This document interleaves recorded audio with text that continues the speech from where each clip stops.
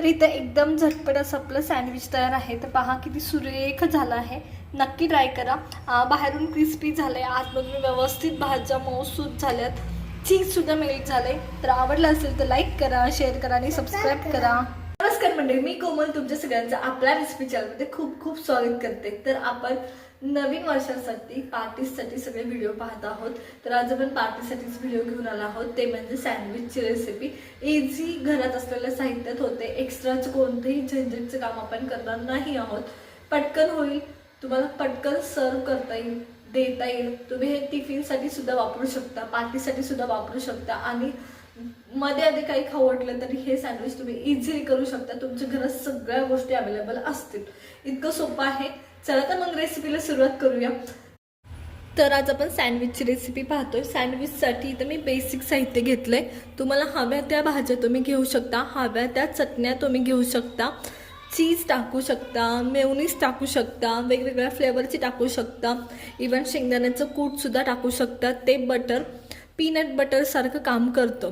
तर तुम्हाला हव्या त्या भाज्या तुम्ही घेऊ शकता. मी काय काय घेतलंय तर मी घेतलंय काकडी, त्याच्यानंतर टमॅटो घेतले, त्याच्यानंतर कांदा घेतलाय, इथं बटर घेतलंय, सॉल्टेड बटर आहे, चीज घेतलंय, टमॅटो केचप घेतले, ग्रीन चटणी घेतली आहे पुदिन्याची, जी कालच्याच व्हिडिओमध्ये आपण पाहिली दहीवडे बनवताना, तीच चटणी मी घेतलेली आहे. तर आता आपण बनवायला सुरुवात करतोय. तर सगळं पहिलं साहित्य एकत्र करून घेऊया. चीज आता मी इथं भाज्या कट करून घेतल्यात, तुम्ही स्लाइस करून घेतल्या तरी चालेल, चिप्स ॲड केले तरी चालतील, शेव ॲड केली तरी चालेल. या सगळ्या गोष्टी ॲड करून तुम्ही अप्रतिम सँडविच बनवू शकता. चला तर मग सुरुवात करूया. तर इथं एक मोठा मी बाउल घेतलाय. सगळ्या भाज्या आपण आधी ॲड करून घेतोय. तर मी सर्वात पहिले ओनियन म्हणजे कांदा ॲड करून घेते, त्याच्यानंतर टमॅटो. आता भाज्यांना मी चॉपरमधून काढल्यात, त्याच्यामुळं पाणी सुटलंय. त्याच्यानंतर काकडी. हे सगळ्या गोष्टी एकत्र करायचा. तर आता सगळ्या भाज्या ॲड करून झाल्यात. मी 3 भाज्या ॲड केल्यात. तुम्हाला हव्या त्या करा. मुलांना कळू नये म्हणून चॉप करून टाकल्यात आपण, तुम्ही स्लाइस केल्या तरी चालतील. तर आता मी मीठ ॲड करते. तर मीठ ॲड करताना एक गोष्ट लक्षात ठेवायची की आपण ह्याच्यात बटर पण ॲड करतो आणि चीज पण ॲड करतो, त्याला सुद्धा मीठ असतं. त्याच्यानंतर काळी मिरी ॲड करते. फक्त काळी मिरी ॲड करू शकता.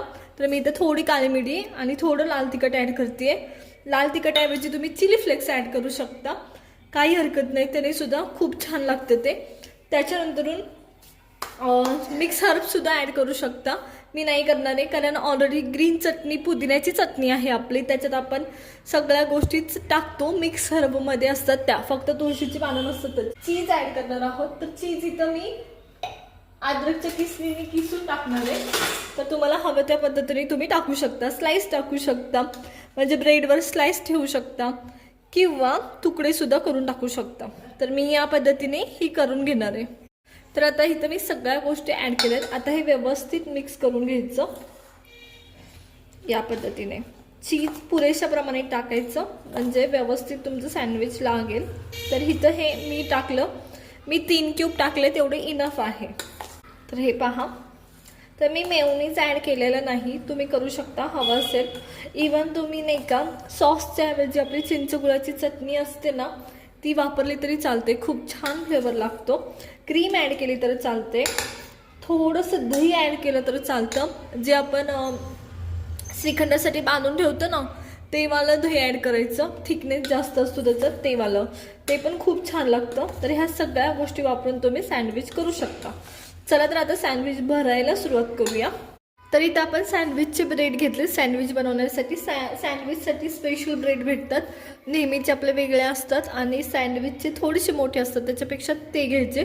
हवे असतील तर तुम्ही कट करून घेऊ शकता त्याच्या लेयर. मी काही तसं करणार नाही, का वेस्ट घालवायचं त्याच्यामुळे. तर हे बटर या पद्धतीने याला लावून घ्यायचं. थोडंसं मेल्ट करून घ्या म्हणजे लावणं सोपं जातं. माझं हे जस्ट आत्ता फ्रीजमधून काढलेलं आहे, त्याच्यामुळं ते पुरेसं मेल्ट नाही आहे, थोडंसंच मेल्ट झालेलं आहे कारण थंडीचे दिवस आहेत, थंडी. तर हे या पद्धतीने लावून घ्यायचं आणि दुसरंसुद्धा असंच लावून घ्यायचं. तर मी दुसरं बटरसुद्धा याच पद्धतीने लावून घेते. फ्रीजमधून डायरेक्ट लावू नका, नाहीतर हे असं होतं. मेल्ट झालेलं लावा म्हणजे व्यवस्थित लागलं जातं. तर हे माझे दोन्ही स्लाइसला बटर एकदम व्यवस्थित लावून झालेत. तर या पद्धतीने दोन्ही स्लाइसला बटर व्यवस्थित लावून झालेत. आता एका स्लाइसला तुम्ही ग्रीन चटणी लावायची तुमची, आणि एका स्लाइसला तुम्ही तुमची रेड चटणी किंवा रेड सॉस किंवा केचप किंवा चिंचगुळाची चटणीसुद्धा लावून बघा, खूप छान लागते. तर मी ही ग्रीन चटणी एका साईडला लावून घेते. तुम्हाला हवी तेवढी तुम्ही कमी जास्त करू शकता. तर मला ज्या पद्धतीने आवडते त्या पद्धतीने मी लावून घेते. आता दुसऱ्या साईडला केचप लावून घ्यायचं आपल्याला, किंवा तुम्हाला जी चटणी आवडते. तर इथं मी केचपसुद्धा व्यवस्थित लावून घेते. खूप वेळ नाही लागत, त्याच्यामुळं पटकन होऊन जातं.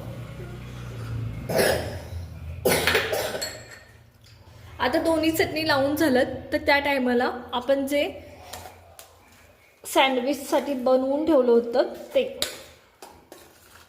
आपलं भाज्यांचं मिक्सचर ते लावून घ्यायचं.